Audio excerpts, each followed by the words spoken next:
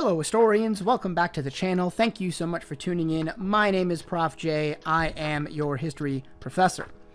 And in this video, I would like to briefly introduce you to Enlightenment thinker Jean-Jacques Rousseau and his work, The Social Contract.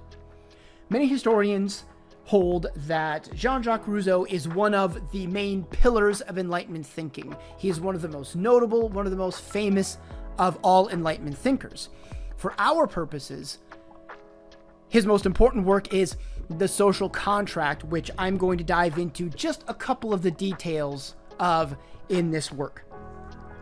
In The Social Contract, Rousseau is investigating an important question, and that question is the following. This is a quote directly from The Social Contract. It asks, how is a method of associating to be found, which will defend and protect, using the power of all, the person and property of each member, and still enable each member of the group to obey only himself and to remain as free as before?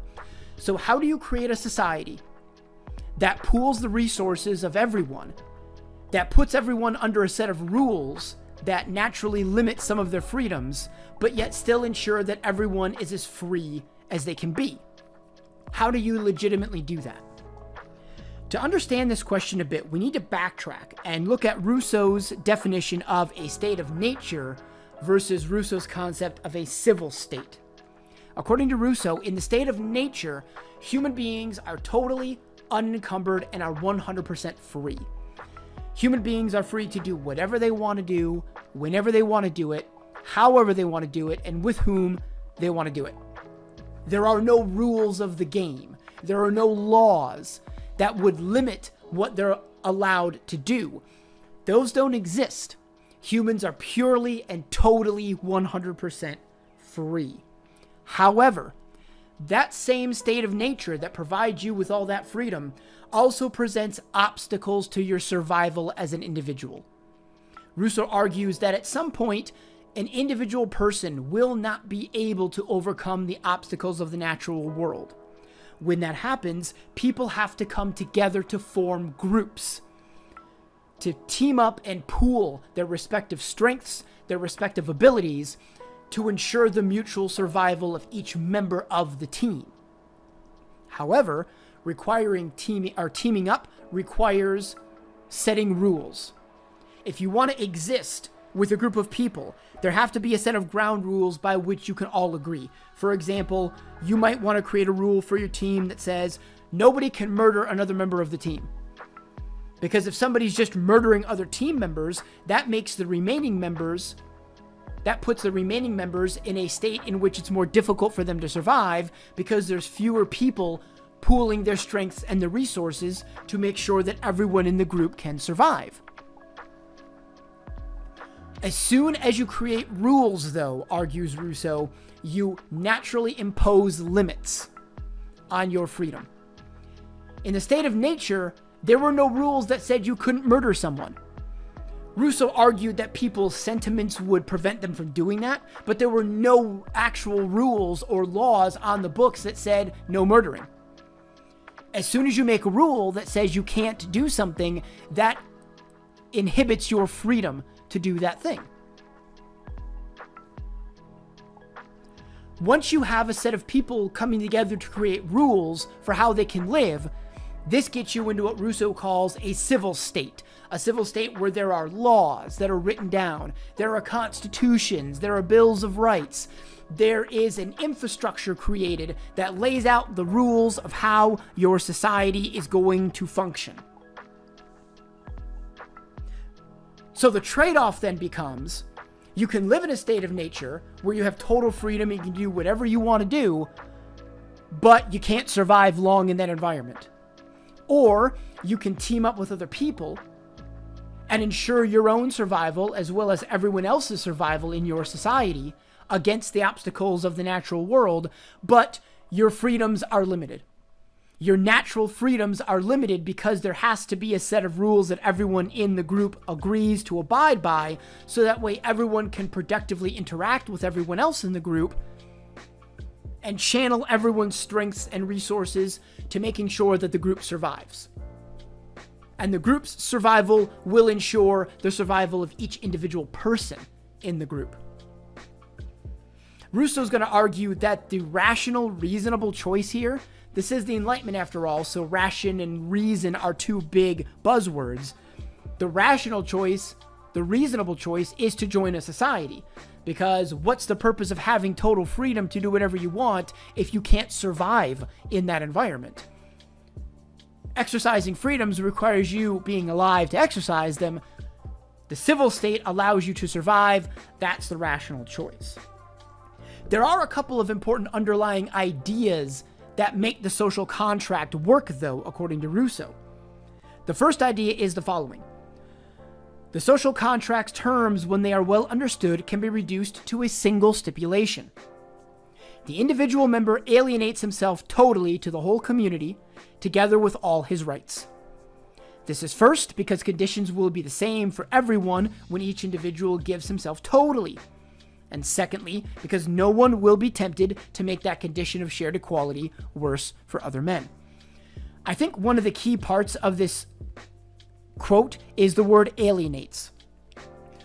We moderns normally use the word alienate or alienates to describe something negative, like excluding people in some way, shape, or form. Rousseau's not using it in that term here. Rousseau's using a secondary definition of it, which means to give oneself. So he's arguing that the first thing that everyone has to do as part of this new community that we're forming is everyone has to agree to give everything about themselves and all of their natural rights to this community. When everyone is given everything to this community, everyone starts from a plane, of shared equality. Everyone's giving everything that they've got. It doesn't matter if somebody has more than somebody else. Everyone's giving everything. Everyone's giving themselves totally, committing to this group. And no one is going to want to make that situation worse for someone else, because if one person says, I want to join this group, but I want to maintain my natural freedom to murder whoever I want, and the group is okay with that, then someone else is going to say, well, wait a minute, I want to keep my natural freedom to take somebody else's goods. And then other people will start doing that to the point where no one's committing to the group anymore. And if no one's committing to the group, then we all fall back to being individuals who have total freedom, but we can't survive. So everyone has to give everything about themselves. They have to give up all of their natural rights to this community that we're forming in order to start from a plane of equality. We are all equals at the beginning of this. Rousseau's going to argue that in return for that initial commitment, you will get rights in return that will equal what you gave up and then exceed what you gave up. And an example of this from Rousseau is property rights. Rousseau's going to argue that in a state of nature, no one has any claim to goods or products or things beyond their physical capacity to hold on to something. If someone therefore can accrue a greater amount of power than you, either themselves or through teaming up with others, and take your stuff, tough. That's it. You either accept that or you gain enough strength for your own right to take your stuff back. In a civil state, though, where there are laws and rules, there are property rights that are created. You have real tangible rights to your property, and you have laws protecting violations of your property by other members of the group.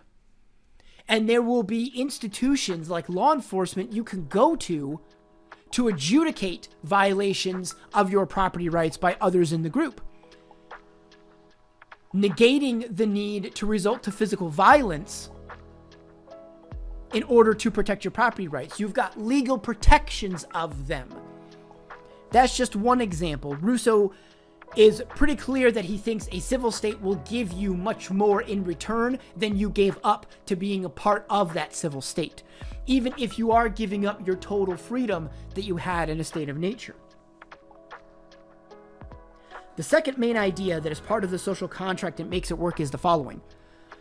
So that the social pact will not become meaningless words, it tacitly includes this commitment, which alone gives power to the others. Whoever refuses to obey the general will shall be forced to obey it by the whole body politic. Excuse me. Which means nothing else but that he will be forced to be free. That's an odd turn of phrase, isn't it? Forced to be free. Freedom and forcing someone to do something we normally think of as opposites. What exactly does this mean? Let's unpack this briefly. There is one interpretation, and I think this is the interpretation that Rousseau is trying to get at here, that argues this quote is the foundational underpinning of law enforcement. If you have a set of rules that your community has agreed to follow, there needs to be a mechanism to handle a situation wherein one member or multiple members choose not to obey by those rules. If we all agree in our new society that we're not going to murder people, that murder is wrong, we're not going to do it, what happens if somebody does murder somebody? Do you just go, shrug your shoulders and then walk away? There has to be a mechanism by which we can enforce the law and discipline people who don't want to follow the rules. And there's one interpretation of this quote that says that's what this is doing. This is theorizing the idea that if people don't want to obey the rules, they have to be forced to obey the rules by the community as a whole.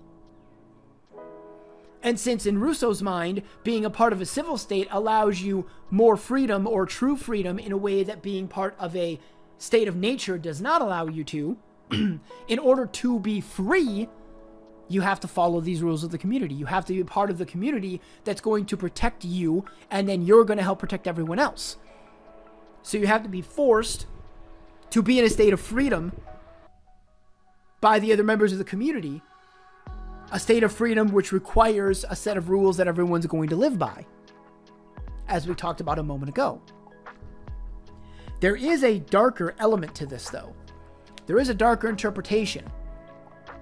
Let's say that our community decides that it's going to pass a rule that says a certain group of people within our community are going to be deemed dangerous and subversive individuals who are trying to undermine our group. And we're going to first say no member of our group is allowed to marry a member of this other subgroup of our community. You can't do it. It's illegal. Then we go even further and we kind of just don't want this other subgroup to be around us, so we're going to isolate them in certain parts of the geographic space that our society inhabits. Then we go even further and we say that's not good enough. We pass a law that says we want to further isolate them. We want to take them to like a summer camp type of location, and we want to put all of them there. In other words, we want to, what is the word I'm looking for? Concentrate them in a camp. Some of you probably already see where I'm going with this. And then we pass a law later on that says the concentration camp isn't good enough. We just want to get rid of these people, so we're going to murder all of them. If you haven't quite seen yet, this is an allusion to the Holocaust that's going to happen in Nazi Germany, which we'll talk about much later this semester. And we'll talk about it extensively in another video. So there is a darker element, a darker interpretation that have caused some historians and philosophers to argue that Rousseau is establishing with this quote the foundations of tyranny, the foundations of authoritarianism, the foundations of genocide even, by saying, well, what happens if we have a majority of our people who pass a rule that's really, really horrible and the minority of the people don't want to obey it? Well, they have to be forced to obey it. Maybe through being forced to participate in book burnings or being forced to go into quote-unquote re-education camps or other nefarious tactics that are cognizant of dictators, especially 20th century dictators. Rousseau, I don't believe, has this more negative connotation in mind. I think he's leaning more towards the first interpretation, that this is just setting up the basis of law enforcement. There's an important phrase in this quote that we need to dive into a little bit more in detail, and that's general will. Whoever refuses to obey the general will. What is this thing that Rousseau's talking about? The general will, argues Rousseau, is essentially the will of the community as a whole. It is what we as a society, as an entire team, have decided will be the rules for our group, and what our group wants to do in the future to ensure the survival of all of the group's members. How you get to the general will, argues Rousseau, is through consulting every member of the group on, say, the set of laws that will be the initial basis of our society. We've just formed this group. We've all agreed we're going to work together. Now we need the rules. What are those rules? Well, we need to first consult every member of the group and ask them, what do you think the rules of the society should be? And through a process of discussion, of debating, and ultimately of compromising, we will create a set of proposals for a new set of rules that, while they might not be perfect in the eyes of every member of the group, they're good enough that every member of the group agrees, yes, I can live according to that set of rules. Even though I don't think they're perfect, even though I think some of them need to be adjusted a bit, we can talk about that later. Now, this is good enough that I will agree to live under this set of laws and rules. So every member discusses with every other member their own thoughts. They expose disagreements between two people or between 2 or 3 or 4 people, and then they hash out those differences. And they come to a compromise position that everybody can agree with. And that process takes place among everyone in the society. And Rousseau argues you will resolve all these small differences to get to an agreement that everyone can abide by. Once you have that agreement, once you have that first set of proposals, you write the rules down. You've discussed, you've debated, you've compromised. Everyone in your society goes, okay, this set of rules is good enough that I can live underneath that and I can cooperate with others in the society. Then you write those rules down. Once the rules are written down, they become the law. And the law is the sovereign. Meaning the law is the most powerful thing in your society. No one person is more powerful than the law. No one group is more powerful than the law. No king, no religious official, no institutionalized church is more powerful than the law. The law is the most powerful thing. And since the law was created by the people essentially are the power in your society now, because they work together to make the laws, and then they obey those laws that they all had a hand in deciding on. This is what today we would call direct participatory democracy.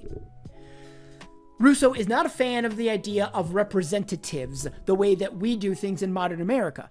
We elect politicians to go to a city council or to go to a state legislature or to go to the National Congress in Washington, D.C.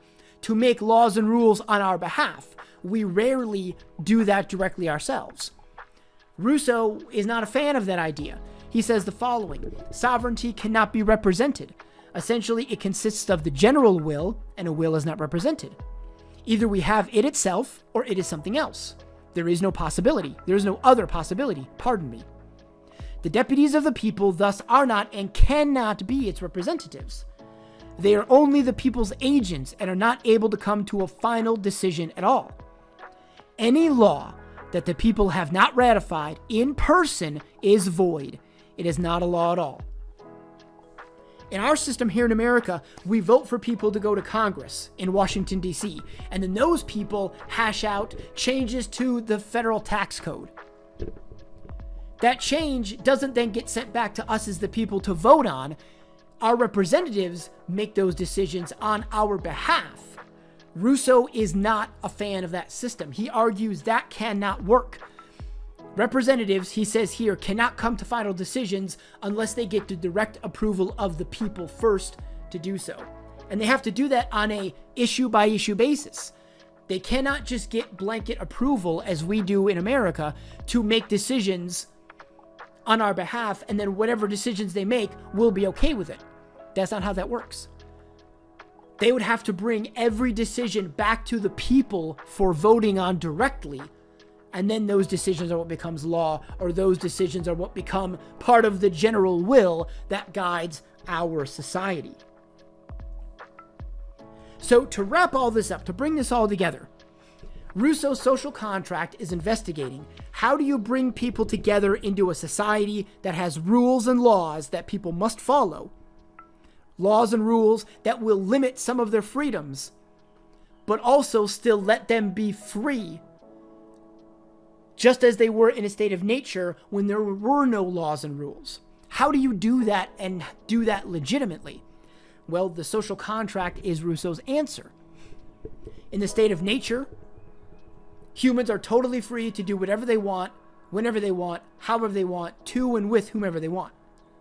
In a civil state, by contrast, people team up with others to live according to a set of laws and rules that limit their freedoms in some ways, but Rousseau argues give them greater freedoms in other ways, like with property rights. You create these set of rules through the creation of the general will, which is a process by which every member of the community is consulted, and through a process of discussion, debate, and compromise, you get this general will. And then when you write it down, it becomes the law of the land. The law is the sovereign, most powerful thing in your community. No person or institution is more powerful than the law.